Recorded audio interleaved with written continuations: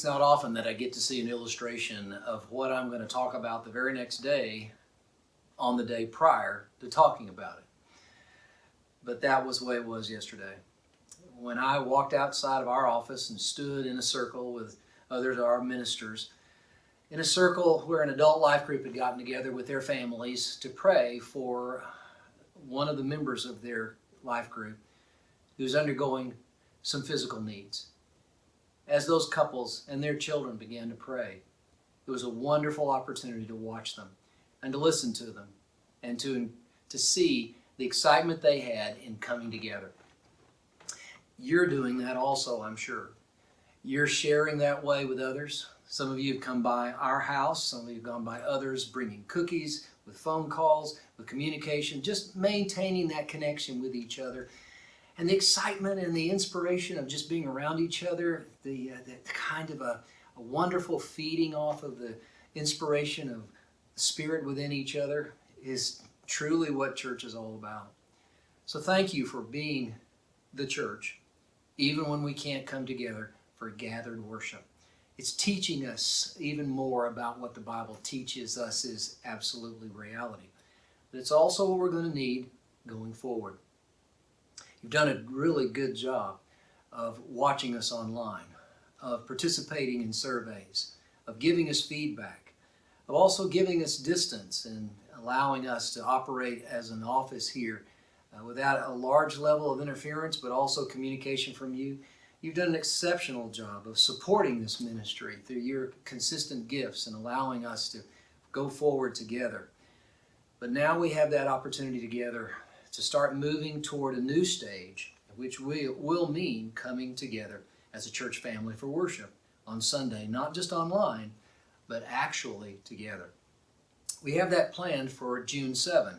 We're trying to give ourselves enough time to learn what we need to do from you, from surveys, from others.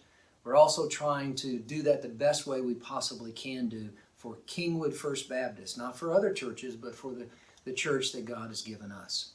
So we're doing all of that planning, we're doing all that preparing, and you can begin looking forward to that. On June 7, where we have communicated with you prior to that particular Sunday, we'll do so on video. We'll also do that in every other way we possibly can to try to make sure that you know and are prepared in every way. And when we come together, it will be at those normal worship times of 9:15, 10:45. We don't want to in any way to confuse you.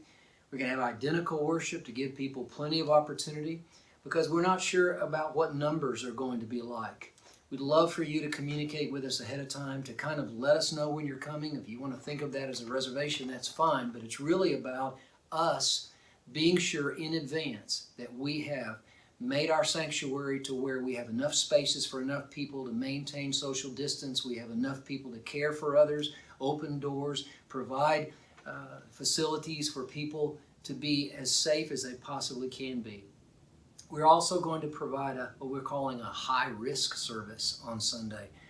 That will mean on Sunday, June 7, sometime during the day. We're not sure exactly when that's going to be right now. Probably afternoon is what it looks like a Sunday evening service would have been. That's what we have on the planning stage at this point. But that high-risk service gives people who are very sensitive and very afraid an opportunity to come and to worship anyway with the group. To have a service that's completely masked up for people, everyone will be wearing a mask. To be in a worship area where no one else has been, that service will be in Fellowship Hall. And also to provide a worship service for people who have systems, physical situations that it would be a great risk for them to be in a situation other than that. But they do want to be together. So we're trying to do that in every way we possibly can. You can look forward to that on June 7. But the important thing for me is that when we come together, that we illustrate what a church family is supposed to be, not only for each other, but also for the rest of the world. Because this particular situation has us in all kinds of places. Many of us are feeling strongly that we just want to get together. We're not afraid.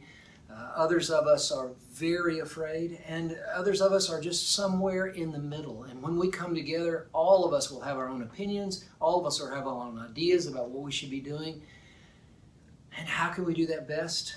We can do that best by continuing to be God's people, following Christ in His footsteps, even as we come together in this brand new way. I have a friend in another area of the state who started gathering this past Sunday.